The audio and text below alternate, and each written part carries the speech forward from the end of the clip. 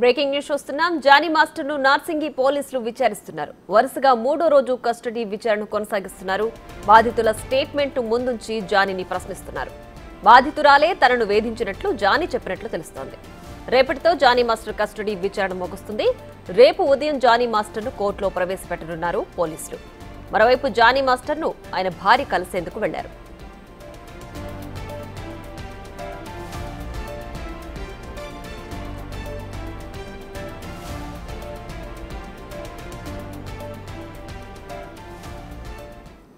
ఇదే అంశానికి సంబంధించి మరింత సమాచారం మా ప్రతినిధి సురేష్ లైవ్ లో అందిస్తారు. సురేష్, చెప్పండి, మూడో రోజు జానీ మాస్టర్ విచారణకు సంబంధించి పూర్తి డీటెయిల్స్ ఏంటి? జానీ మాస్టర్ని ఈరోజు ఉదయం మూడో రోజు విచారణ ప్రారంభించారు. అయితే అడ్వకేట్ సమక్షంలో జానీ మాస్టర్ని ప్రస్తుతం నార్సింగ్ పోలీస్ స్టేషన్లో విచారిస్తున్నారు. ప్రస్తుతం ఆయనకు సంబంధించి, ఎందుకంటే బాధితురాలు చాలా కీలకమైన అంశాలన్నీ కూడా ఫిర్యాదులో పేర్కొంది. ఆమె స్టేట్మెంట్లో కూడా అనేక ఆరోపణలు చేసింది. తాను షూటింగ్కి ముంబై వెళ్ళిన తరుణంలో తను మైనర్గా ఉన్నప్పుడే తనను అత్యాచారం చేశాడని చెప్పేసి ఆమె ఫిర్యాదు చేసింది. కాబట్టి అక్కడ ముంబైలో ఎక్కడికెక్కడికి వెళ్ళారు, ఎన్ని చోట్లకి వీళ్ళు కలిసి వెళ్ళారు, వీరు వెంట ఎవరైనా ఉన్నారా అనే ప్రశ్నల వర్షం జానీ మాస్టర్ పై కురిపించడం జరిగింది. అయితే జానీ మాస్టర్ తాను అసిస్టెంట్ కొరియోగ్రాఫర్గా తనలో టాలెంట్ ఉంది కాబట్టి అవకాశాలు ఇచ్చానని చెప్పేసి కూడా చెప్పుకుంటూ వచ్చాను. కానీ తనపైన తాను అనవసరంగా తన వెనకాల ఎవరో ఉండి తనపై కంప్లైంట్ చేయించారని చెప్పేసి కూడా పోలీసులకి స్టేట్మెంట్ ఇచ్చినట్టు తెలుస్తుంది. తాను ఏ తప్పు చేయలేదు, తనకు సంబంధించి ఆరోపణలు చేస్తున్నారు, తప్పుడు ఆరోపణలు బాధితురాలు చేస్తుందని చెప్పేసి కూడా ఆయన చెప్తున్నాడు. పోలీసులు అడిగే ప్రశ్నలకు ఏ ప్రశ్నకు కూడా సమాధానం సరిగా చెప్పకుండా దాటవేయడం చేస్తున్నాడు, విచారణకి సహకరించట్లేదు. కాబట్టి రేపటి వరకు కూడా కస్టడీ ఉంది. మొత్తం 4 రోజుల పాటు కస్టడీకి కోర్టు అనుమతి ఇచ్చింది. కాబట్టి ఆయనకు సంబంధించిన ఎవిడెన్స్, ఎందుకంటే పోక్సో యాక్ట్ పెట్టడం జరిగింది, రేప్ కేసు పెట్టారు, బెదిరింపుల కేసు పెట్టారు, అనేక సెక్షన్ల కింద కేసులు నమోదయ్యాయి. కాబట్టి ఆ సెక్షన్లకు సంబంధించి ఎవిడెన్స్ కలెక్షన్ చేయడానికి కోసం జానీ మాస్టర్ని ప్రశ్నిస్తున్నారు. ఆయనకు సంబంధించిన పూర్తి వివరాలు తెలుసుకునే ప్రయత్నం పోలీసులు చేస్తున్నారు. మూడో రోజు ఆయనని ఉదయమే బ్రేక్ఫాస్ట్ కాగానే ఆ తర్వాత విచారణ ప్రారంభించారు. ఇప్పుడు లంచ్ విరామం ఇచ్చారు. కొద్దిసేపటి క్రితమే జానీ మాస్టర్ భార్య నార్సింగ్ పోలీస్ స్టేషన్కి రావడం జరిగింది. ప్రస్తుతం పోలీస్ స్టేషన్లో ఉంది. జానీ మాస్టర్తో ఆమె తీసుకొచ్చిన భోజనాన్ని అలౌ చేసినట్టు తెలుస్తుంది. ఎందుకంటే ఆమె ఈరోజు జానీ మాస్టర్ని కలవాలని చెప్పేసి పోలీసులను కోరడంతోనే ఆమెకి అనుమతి ఇచ్చినట్టు తెలుస్తుంది. ప్రస్తుతం అయితే పోలీస్ స్టేషన్లో లోపలికి జానీ మాస్టర్ భార్య వెళ్ళడం జరిగింది. ఇంకా పోలీసులు విచారణ కొనసాగుతుంది. అవసరమైతే రేపు విచారణ పూర్తి అయితే తప్ప రేపు ఆయనని కోర్టులో హాజరుపరిచి తర్వాత మళ్ళీ కస్టడీ కోరే అవకాశం కూడా కనబడుతుంది. ఎందుకంటే సురేష్, అయితే బాధితురాలే జానీ మాస్టర్ ని వేధించినట్లు విచారణలో జానీ మాస్టర్ చెప్పినట్లుగా తెలుస్తోంది. అలాగే వెనకుండి ఎవరు నడిపిస్తున్నారు అని చెప్పి జానీ మాస్టర్ కూడా అంటున్నారు కదా. సో ఎవరిపైనైనా అనుమానం వ్యక్తం చేస్తున్నారా?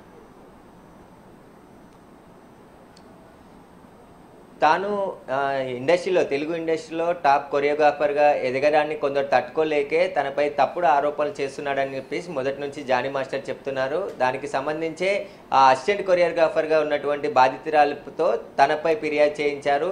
ఆ అసిస్టెంట్ కొరియోగ్రాఫరే తనను పెళ్లి చేసుకోవాలని వేధించింది అని చెప్పేసి, తనను హింసించింది అని చెప్పేసి రివర్స్ స్టేట్మెంట్ ఇస్తున్నట్టు తెలుస్తుంది. దానికి సంబంధించి దానికి నిరాకరించడంతోనే ఇలా నాపై తప్పుడు ఆరోపణలతో కేసు నమోదు చేశారని చెప్పేసి కూడా జానీ మాస్టర్ పోలీసులకు స్టేట్మెంట్ ఇచ్చినట్టు తెలుస్తుంది. అయితే జానీ మాస్టరు ముంబైకి ఎన్నిసార్లు వెళ్ళాడు, ఢీ షో తర్వాత, ఎందుకంటే అసిస్టెంట్ కొరియోగ్రాఫర్కి సంబంధించి ఆమె ఎప్పుడు పరిచయం అయింది, ఎలా పరిచయం అయింది, ఈమె ఎన్ని రోజుల పాటు జానీ మాస్టర్ దగ్గర పనిచేసింది, ఎక్కడెక్కడ కలిసి వెళ్ళారు, ఎక్కడెక్కడ షూటింగ్లో పాల్గొన్నారు, షూటింగ్ పర్పస్లో ఆమెపై లైంగిక దాడికి పాల్పడ్డాడని చెప్పేసి కూడా ఆమె స్టేట్మెంట్ ఇచ్చింది. కాబట్టి ఎక్కడెక్కడ లాడ్జీలకు వెళ్ళారు, ఇక్కడ షూటింగ్లో వెళ్ళినప్పుడు అవుట్డోర్లో ఎక్కడున్నారు, ఎవరెవరు వెళ్ళారు అనే దానిపైన కూడా పూర్తి వివరాలు జానీ మాస్టర్ నుంచి సేకరించడం జరుగుతుంది. ప్రస్తుతం పోలీస్ స్టేషన్లోనే జానీ మాస్టర్ కూడా ఉన్నాడు. ఈరోజు సాయంత్రం వరకు కూడా ఆయనని విచారించి రేపు మళ్ళీ విచారణ అనంతరం వైద్య పరీక్షలు చేసి ఆ తర్వాత కోర్టుకు తరలించే అవకాశం కనబడుతుంది.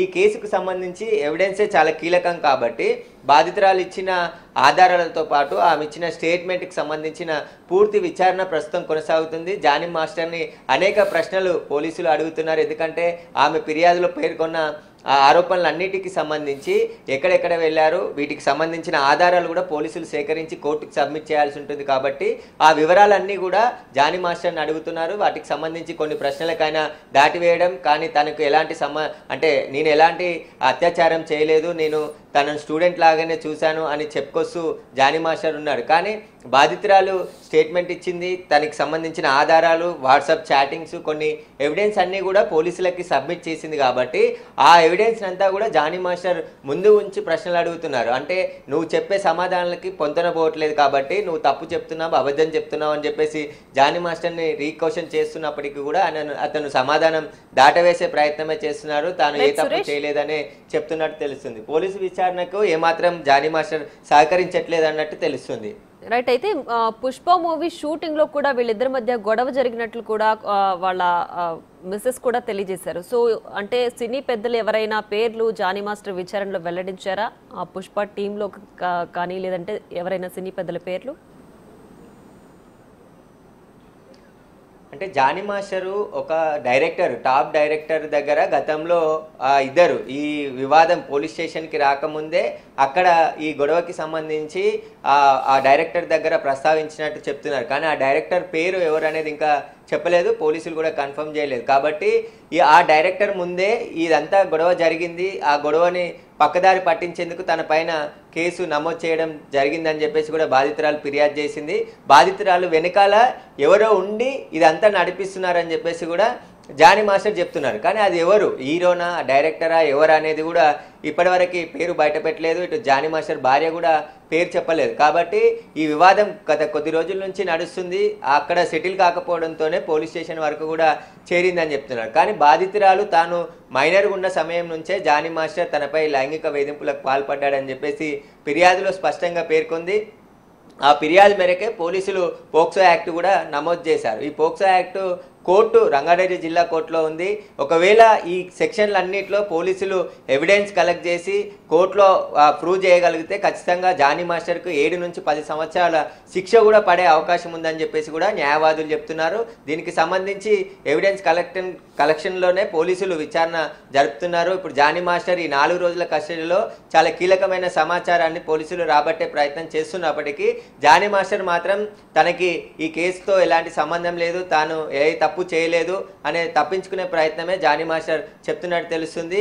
రేపు ఆయనను కోర్టులో హాజరుపరిచిన తర్వాత మళ్ళీ కస్టడీకి తీసుకోవాలా లేదా అనేది నార్సింగ్ పోలీసుల అభిప్రాయం మేరకు ఉంటుంది. కాబట్టి ఈరోజు విచారణకి కావాల్సిన ఆయన స్టేట్మెంటు, ఆయన ఇచ్చే సమాచారము అసంతృప్తిగా ఉన్నట్టయితే ఖచ్చితంగా మరో 2 నుంచి 3 రోజులు కస్టడీ కోరే అవకాశం కనబడుతుంది. ఎందుకంటే 4 రోజులు మాత్రమే కోర్టు అనుమతి ఇచ్చింది. కాబట్టి మళ్ళీ కోర్టులో హాజరుపరిచి మళ్ళీ 2 నుంచి 3 రోజులు కస్టడీకి తీసుకొని విచారించే అవకాశం కూడా కనబడుతుంది.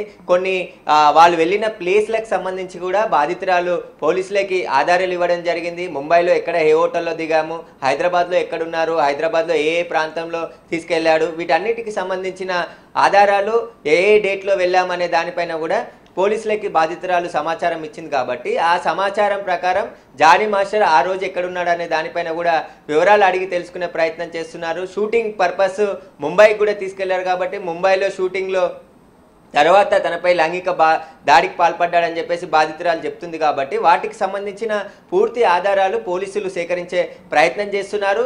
ఆ సేకరించిన ఆధారాలన్నిటిని కూడా కన్ఫెషన్ రూపంలో కోర్టుకు కూడా సబ్మిట్ చేయనున్నారు. Right Suresh, thanks for the updates.